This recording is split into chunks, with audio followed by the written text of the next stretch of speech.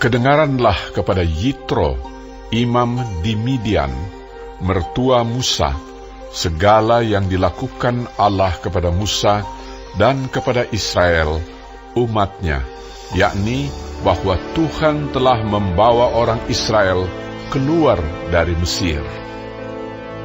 Lalu Yitro, mertua Musa, membawa serta Zipora, istri Musa, yang dahulu disuruh Musa pulang, dan kedua anak laki-laki Zipora, yang seorang bernama Gersom, sebab kata Musa, "Aku telah menjadi seorang pendatang di negeri asing."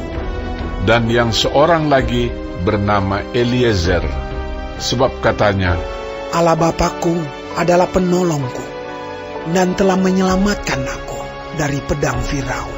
Ketika Yitro, mertua Musa, beserta anak-anak dan istri Musa sampai kepadanya di padang gurun, tempat ia berkemah dekat gunung Allah, disuruhnyalah mengatakan kepada Musa, "Aku mertuamu Yitro, datang kepadamu, membawa istrimu beserta kedua anaknya."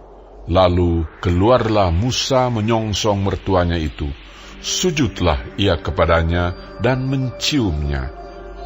Mereka menanyakan keselamatan masing-masing, lalu masuk ke dalam kemah. Sesudah itu, Musa menceritakan kepada mertuanya segala yang dilakukan Tuhan kepada Firaun dan kepada orang Mesir, karena Israel dan segala kesusahan yang mereka alami di jalan, dan bagaimana Tuhan menyelamatkan mereka. Bersukacitalah Yitro tentang segala kebaikan yang dilakukan Tuhan kepada orang Israel, bahwa ia telah menyelamatkan mereka dari tangan orang Mesir. Lalu kata Yitro, "Terpujilah Tuhan yang telah menyelamatkan kamu dari tangan orang Mesir dan dari tangan Firaun. Sekarang aku tahu bahwa Tuhan lebih besar dari segala Allah, sebab Ia telah menyelamatkan bangsa ini dari tangan orang Mesir.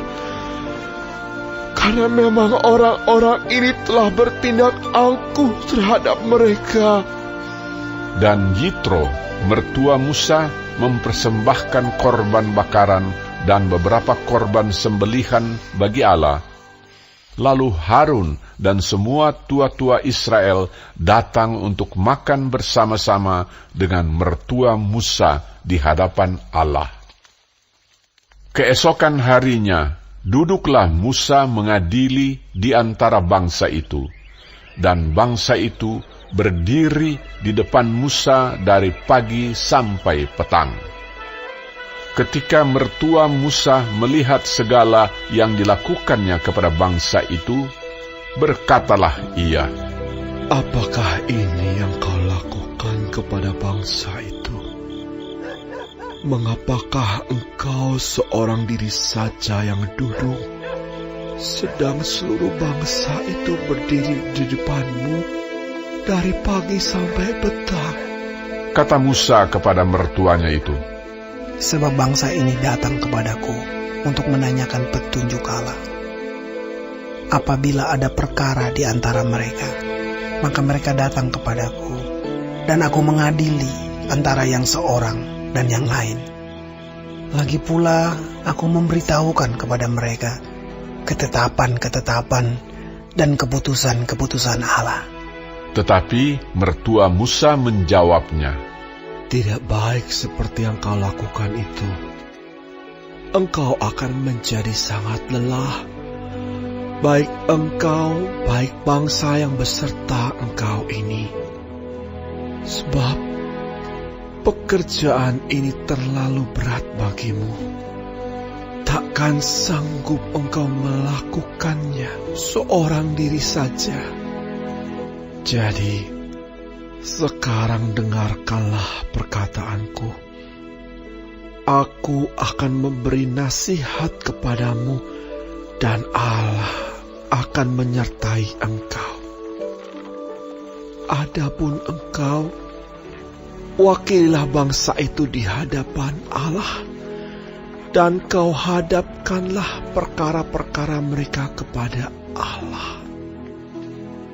Kemudian, haruslah engkau mengajarkan kepada mereka ketetapan-ketetapan dan keputusan-keputusan, dan memberitahukan kepada mereka jalan yang harus dijalani dan pekerjaan yang harus dilakukan. Di samping itu, kau carilah dari seluruh bangsa itu orang-orang yang cakap dan takut akan Allah, orang-orang yang dapat dipercaya dan yang benci kepada pengejaran suap. Tempatkanlah mereka di antara bangsa itu menjadi pemimpin 1.000 orang, pemimpin 100 orang, pemimpin 50 orang, dan pemimpin 10 orang.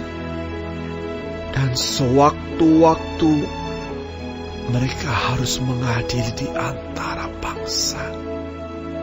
Maka segala perkara yang besar haruslah dihadapkan mereka kepadamu.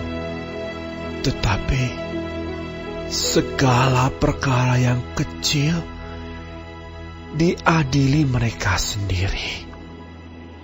Dengan demikian, mereka meringankan pekerjaanmu, dan mereka bersama-sama dengan engkau turut menanggungnya. Jika engkau berbuat demikian, dan Allah memerintahkan hal itu kepadamu, maka engkau akan sanggup menahannya, dan seluruh bangsa ini akan pulang dengan puas senang ke tempatnya. Musa mendengarkan perkataan mertuanya itu, dan dilakukannya segala yang dikatakannya. Dari seluruh orang Israel, Musa memilih orang-orang cakap dan mengangkat mereka menjadi kepala atas bangsa itu, menjadi pemimpin 1.000 orang, pemimpin 100 orang, pemimpin 50 orang, dan pemimpin 10 orang. Mereka ini mengadili di antara bangsa itu sewaktu-waktu. Perkara-perkara yang sukar dihadapkan mereka kepada Musa, tetapi perkara-perkara yang kecil diadili mereka sendiri. Kemudian Musa membiarkan mertuanya itu pergi, dan ia pulang ke negerinya.